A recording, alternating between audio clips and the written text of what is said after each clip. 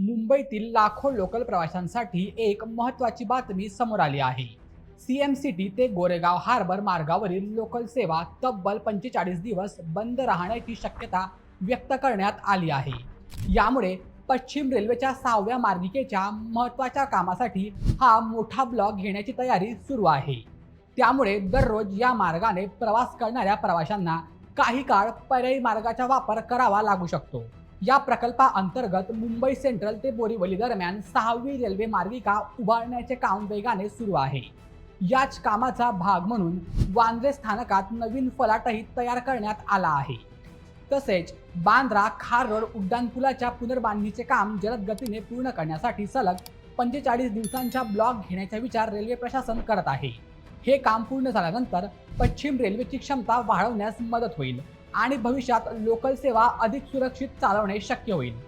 मात्र या काळात हार्बर मार्गावरील प्रवाशांना काही प्रमाणात गैरसोयीचा सामना करावा लागू शकतो. त्यामुळे रेल्वे प्रशासनाकडून पर्यायी प्रवास व्यवस्था आणि सुधारित वेळापत्रक जाहीर होण्याची शक्यता आहे. त्यामुळे प्रवाशांनी प्रवासापूर्वी अधिकृत रेल्वे अपडेट्स तपासून घराबाहेर पडावे.